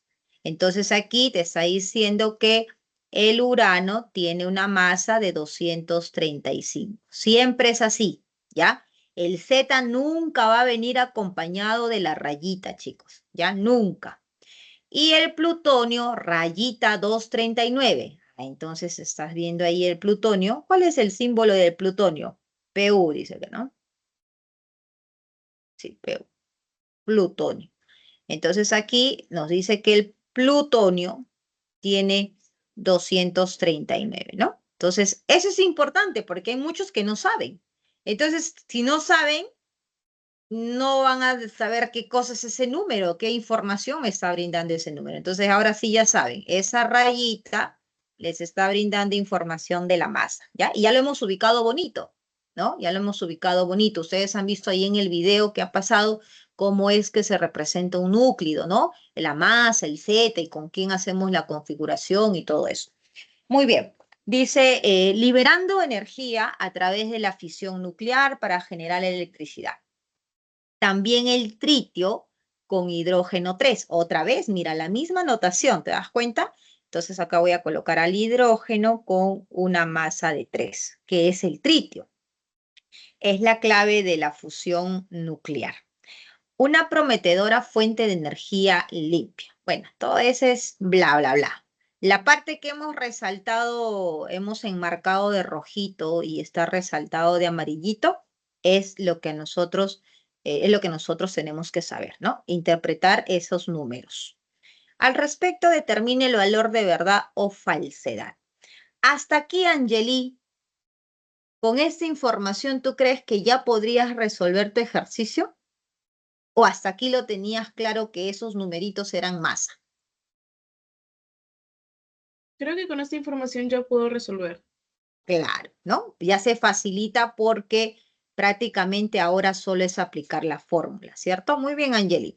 Entonces, aquí los datos que estamos viendo acá ya son el número atómico, ¿no? El DNI de un elemento, que eso es muy importante. Acuérdense que este DNI, este Z, número atómico, es único para cada elemento. Entonces, mira, el urano dice que es 92. Entonces, mi Z aquí es 92. Ya sabes que siempre el núclido va a ser así, ¿no? Elemento más arriba y Z abajo. Siempre va a ser así la representación de tu núcleo. Plutonio 94. Plutonio 94. E hidrógeno 1. Ahí está. ¿Se acabó? Se acabó, chicos, porque ahora la fórmula ni siquiera necesitas saber de memoria, porque la fórmula sale de un análisis muy sencillo, ¿no? Porque nosotros debemos de saber que en el átomo está formado por dos partes principales que viene a ser el núcleo, ¿cierto? ¿Qué partículas están en el núcleo, chicos? Protón y neutral. Ya, muy bien, protón y neutrón, ¿no? Y en el exterior, en el externo, están los electrones. Ahora respóndeme, en un átomo, la masa del átomo, ¿de quién depende la masa de un átomo? De los protones y los neutrones. Muy bien, la masa de un átomo depende del núcleo, ¿verdad?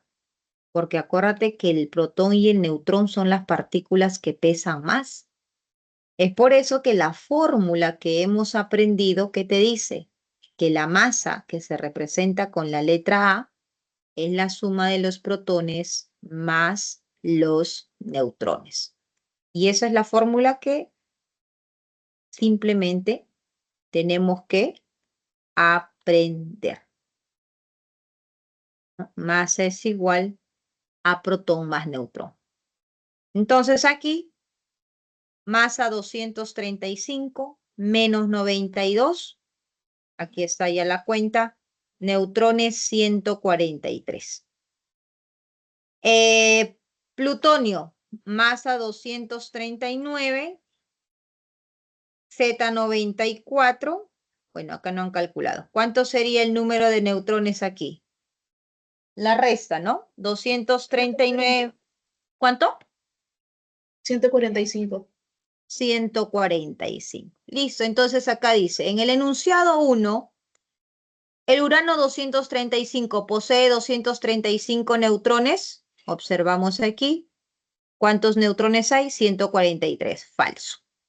El plutonio 239 posee 94 electrones. Ahora miren aquí.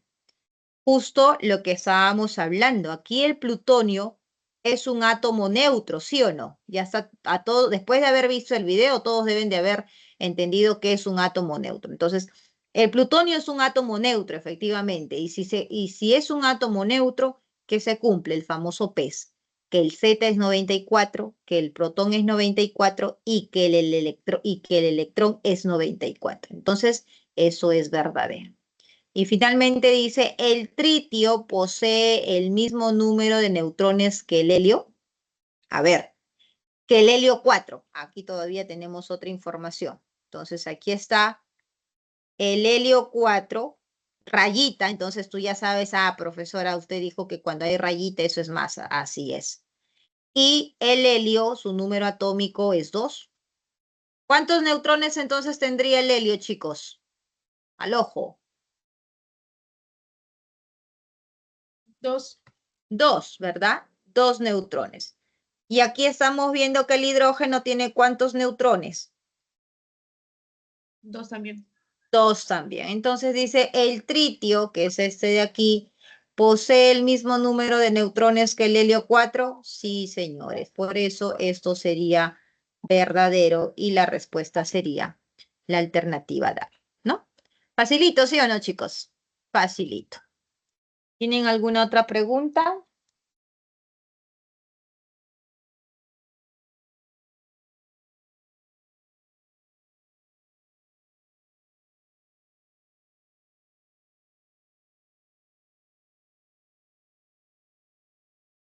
Ya, ahí ya se habla de los famosos quarks, ¿no, Eloy? De los famosos quarks. Son partículas muy pequeñas, ¿no?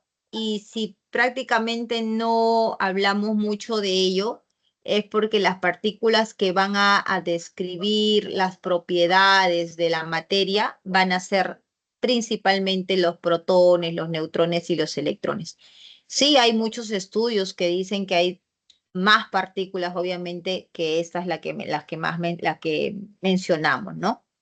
Entonces, pero el aporte principalmente de la materia es en base a las partículas que estudiamos. Por eso es que prácticamente para hablar de ese tipo de partículas ya son estudios un poquito más profundizados, y sobre todo los físicos, ¿no? Que son los que estudian estos tipos de partículas que todavía que están en una... Después, en la materia, ¿no? Entonces, ahí si quisieras saber un poquito más, Eloy, puedes buscar sobre los quarks, ¿no? Y inclusive en documentos o en papers que son relacionados a física, ¿no? Los físicos son más los que ven todos estos tipos de partículas, ¿ya? Dice, profesora, ¿qué diferencia hay entre un átomo en estado basal y excitado? Ok. Cuando nosotros decimos un estado basal, Diana, es un átomo neutro, ¿no? Es un átomo neutro.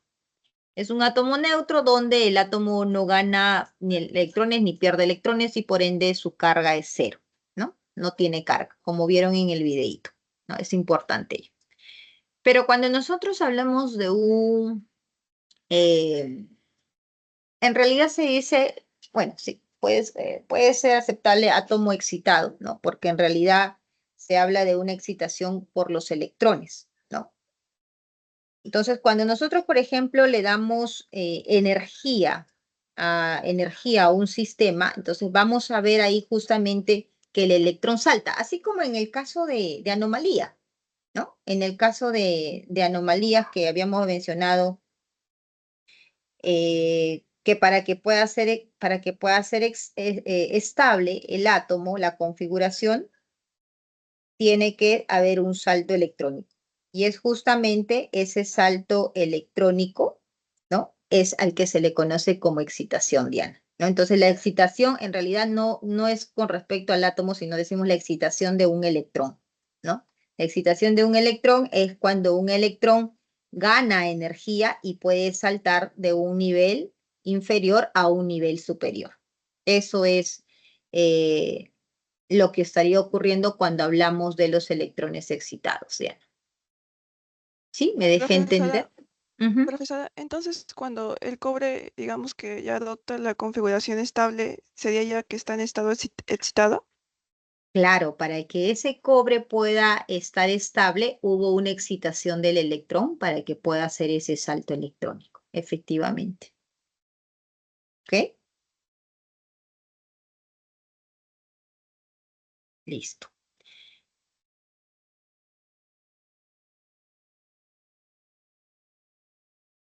Listo, chicos. No sé si hay más preguntas.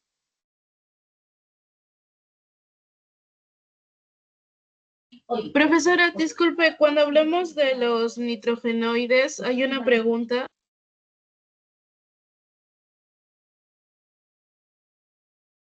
¿Cuál es la pregunta? Perdón, que dice que poseen 3 orbitales semillenos. ¿Para eso tendría que hallar la configuración electrónica de todos los nitrogenoides o hay como una ley con la que pueda saltar ese Ya. proceso? Lo que pasa es que cuando nosotros clasificamos a las familias, ¿no? En este caso los nitrogenoides, van a tener todos una configuración igual, hija, ¿no? Mira, por ejemplo, vamos a pensar, solamente vamos a trabajar con dos. Ya, mi amor. Vamos a trabajar con dos nitrogenoides. Vamos a trabajar con el nitrógeno, número atómico del nitrógeno, 7. ¿Quién está debajo del nitrógeno?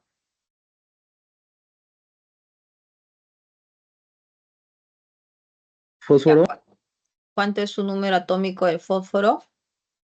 ¿Cuánto es? 15 o cuánto es? Número atómico de fósforo. 15. 15, ¿no? Listo. Ya, mira. Y así puedes tú después practicar para los otros elementos que están debajo del fósforo. Y que ellos pertenecen a la familia de los nitrogenoides, que son la familia del 5A, ¿no? Realizamos la configuración, ¿no? Son átomos neutros. Ojo, también es importante, ya que haces esta pregunta, mira, me acordé, de que cuando ustedes van a ubicar a un elemento químico, ¿no? Ustedes ubican un elemento químico realizando la configuración en su estado basal, ¿ya? Puede que por ahí les digan un elemento divalente, anión, catión, no sé qué, tiene tanto electrón, protón, neutrón, les dan información y te dicen ubica la posición en la tabla periódica, ¿no? O te pueden decir, indica verdadero o falso. Enunciado 1, el elemento se encuentra en el nivel tanto, el elemento se encuentra en la familia tanto. Entonces, si uno no tiene claro, puede hacer la configuración del catión y responde en base a esa configuración. No, tú jamás haces o respondes la ubicación de un elemento cuando tú tienes ese elemento, su configuración en catión o en anión. Entonces, profesora, ¿qué pasa si, por ejemplo, yo aquí calculé que los electrones para este catión, me invento un valor, sea 15, ¿no? Entonces, tú al hacer tu configuración electrónica de ese catión, va a ser diferente cuando tú realices la configuración electrónica con el Z, que corresponde a un átomo neutro. Porque tú dices, si este tiene 15, chicos, ¿cuánto ha tenido que ser su Z para ese catión? Si sus electrones son 15 y es un catión divalente, ¿cuánto es su Z? 17. ¿Estamos todos de acuerdo? 17. Mira, les he hecho volar rapidito en una pregunta sencillita. Profesora, ¿podría volver a repetir? No le escuché. Ya ves, Eloy, te estás durmiendo, Eloy. El tiempo es sagrado y te me estás durmiendo, Eloy. ¿Cómo es posible eso? A ver, vamos a repetir la pregunta para Eloy. Les decía, cuando ustedes van a determinar el periodo o les pregunten en base al periodo y al grupo de un elemento y te dan información de tal manera que ustedes van a tener la configuración de un catión, el cual vas a deducir que el número de electrones es 15, ¿no?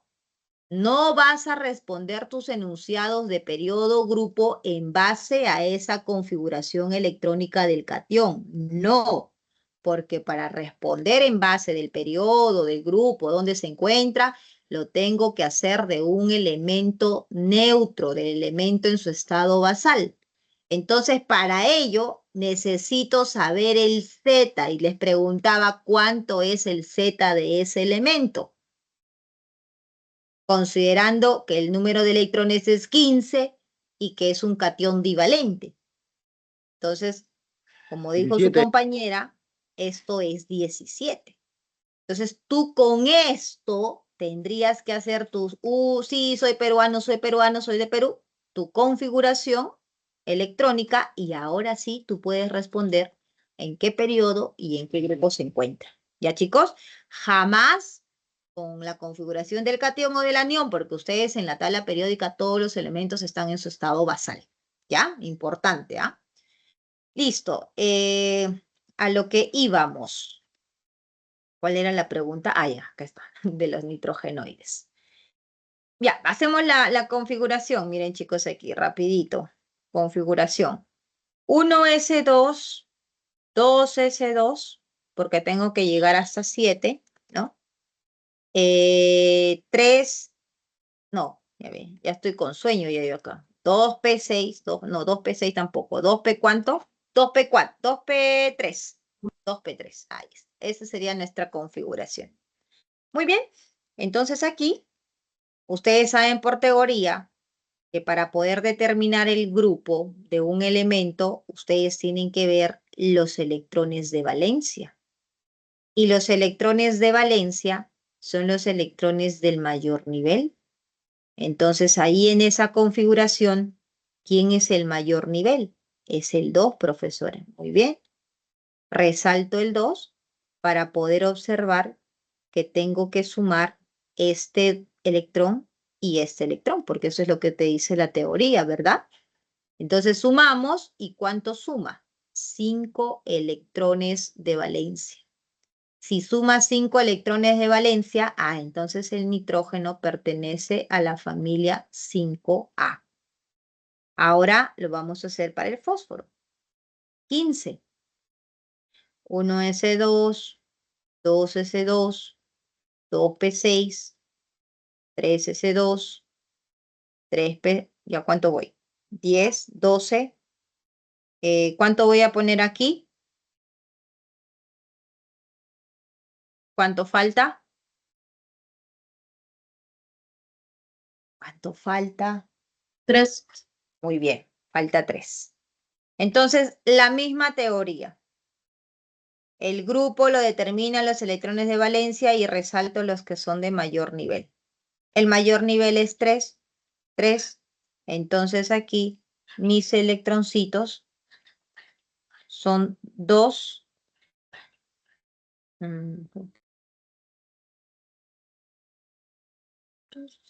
Y acá el 3.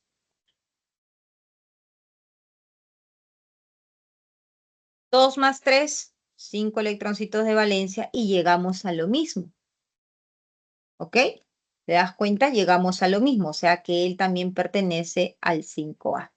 Entonces, por eso es que todas las familias del 5A, que son los nitrogenoides, van a terminar su configuración en el NS2 y en el NP3. Todos los nitrogenoides terminan en esa configuración, ¿no?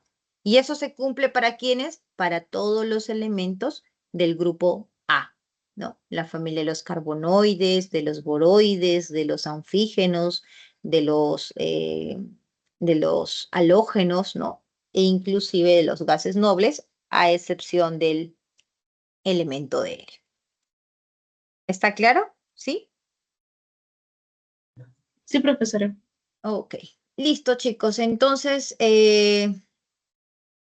solo aquí para terminar, mencionarles que los videitos que les he mostrado ya saben dónde encontrarlo aquí en el canal y tienen ahí los demás videos que también les invito a que puedan verlo con respecto a la configuración de los aniones y los cationes, ¿no? A ver, ¿dónde estamos?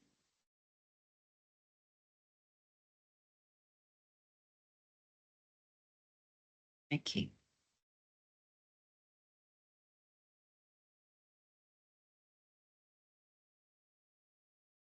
Dice, profesora, en un elemento X que tenga 3 electrones, su notación Lewis realmente tendría un orden, o sea, no se puede poner donde sea. Escuché al profesor decir algo, ok. En realidad, Eloy, depende mucho A ver, si nosotros queremos poner en orden, ¿no? Lo hacemos de acuerdo a los electrones como se encuentran en la configuración electrónica, ¿no?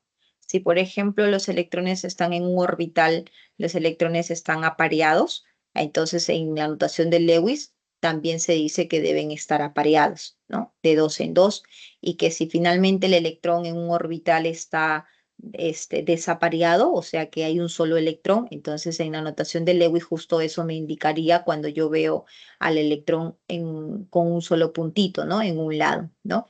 Eso es una explicación con respecto a la forma de distribuir los electrones basado en la configuración electrónica. Pero eso no quita también a que nosotros podamos, por ejemplo, colocar los electrones, vamos a suponer litio, tengo litio 3, ¿no? O perdón, litio es 1, bueno, litio no, berilio, vamos a pensar, berilio, que tiene 2 electroncitos. Entonces, eso no quita a que yo pueda poner el berilio con 2 puntitos a los extremos. También es válido.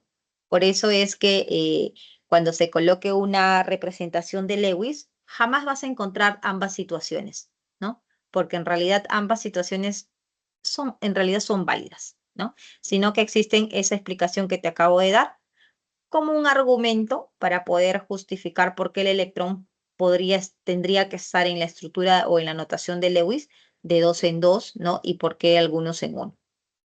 ¿Sí? ¿Me deja entender el hoy? Ya, perfecto. Listo, chicos. Entonces, aquí para los que todavía no conocen mi canal, ya, este es mi canal, Química Fácil con Claudia. Aquí ustedes pueden encontrar los videos, justo los videos de esta semana que recién les he subido. Como también tengo clases de teoría, ¿no? Entonces a mí me queda corto el tiempo, chicos. No sé ustedes cómo van en sus clases, pero a mí me queda el tiempo corto para explicarles así bien, que quede claro al menos la teoría, ¿no? Entonces por eso siempre les grabo los ejercicios, porque acá sí me permite explicarles bien, ¿no? A detalle. Y también los temas que requieren a veces un poquito de más información y que por cuestión de tiempo no da en clase, porque miren aquí, solamente hablar de estos 3 temas explicándoles así bien detallado, media hora, ¿no? Y imagínense, tenemos 2 horas de clase para poder explicar un montón de información. Y eso que todavía me falta grabar sobre los números cuánticos, que también les voy a grabar, ¿ya? Entonces allí ustedes aquí pueden encontrar en el canal los que, por ejemplo, quieren practicar más, que ustedes ya saben que ese es el secreto para que ustedes puedan entender muy bien, es que ustedes puedan ver el mayor número de ejercicios posibles. Entonces aquí tienen las soluciones de los ciclos anteriores, ¿no? Del ciclo 2024-2, del ciclo 2024-1. Ahí está. Aquí en este video es donde les explico sobre la configuración de kernel, ¿ya? Ese secretito para utilizar los dedos para poder saber qué nivel y subnivel utilizar. Y también tienen aquí los solucionarios de los exámenes de admisión, ¿no? Ya si ustedes se quieren ir midiendo y quieren ir resolviendo, resuelvan, y si es que tuvieran duda ya pueden ver con su solución, ¿no? A ver cómo era y qué es lo que me está faltando estudiar, ¿no? Entonces eso sería, chicos, solo compartirles ello para que puedan seguir estudiando de una mejor manera, ¿ya? Listo, hasta aquí entonces sería conmigo. Sí, Joana. Antes lo grababa, hasta el ciclo anterior lo grababa, pero créanme que es bastante tiempo que se toma. A veces parece un video sencillo, pero ese video sencillo es trabajar las diapositivas, y a veces en las grabaciones estás grabando y ya estás grabando 2, 3 minutos y de repente, ¡pum!, se pasó la diapositiva y tienes que volver a grabar o pasó algo, y es bastante trabajoso, ¿no? O sea, sí toma bastante tiempo. Bueno, el profesor Alberto Cruz, bueno, no sé si será profesor, él solamente copia todos los videos y los pone. No sé si es que él haga alguna labor extra a descargar los videos y simplemente subirlos, no lo sé, ¿no? Pero armar un material, grabar, es bastante tiempo. Pero sí, espero poder hacerlo, porque en realidad hay mucha información que todavía me gustaría grabar, ¿no? A veces sí, Diana. Ahí también, si ustedes entran a mi canal, van a ver que yo hago en vivos, ¿no? Pero sí son en vivos, a veces no les prometo decir, ¿saben qué? Voy a hacer tal día. De un momento a otro les aviso en la mañana o en la tarde, ¿no? Porque yo estoy ahorita, por ejemplo, yo estoy ahorita en diferencia de horario, ¿no? O sea, yo ahorita no estoy en Perú. Para mí ya son 9 de la noche, ¿no? Entonces, por eso ahí tengo que estar viendo siempre, ¿no? Un horario donde sea factible para mí y también para ustedes, ¿no? Y a veces sí, y a veces estamos, por mi canal, Melanie. O sea, por eso es importante que ustedes vayan a mi canal, se suscriban ahí, porque todos los avisos, los videos nuevos que les salga, va a ser ahí en el canal, ¿no? Entonces yo le digo, vamos a tener un en vivo, un repaso, vamos a hacer vamos a hacer una práctica, ¿no? Entonces ahí hacemos así un repasito para poder ver qué reforzar. Y ahí pregunta, ahí también hay algunos en vivos que hemos hecho de química orgánica, sobre todo los temas donde los estudiantes tienen más dificultad, ¿no? Entonces ya ahí les permite preguntar y todo eso, ¿no? Monetizarse. Creo que hay que tener muchos suscriptores ahí, Eloy, también. No sé cómo funciona. Sería estudiar otra vez estudiar el canal de YouTube, cómo funciona. Ya, chicos, entonces eso sería todo por hoy. Ya nos estamos viendo en la próxima semana. Ya, un abrazo, cuídense mucho y sigan estudiando. Chao, chao. Muchas gracias, profesora. Chao, Angeli, cuídate mucho. Chao, chao. Chao, Vanessa, nos vemos. Chao, chicos.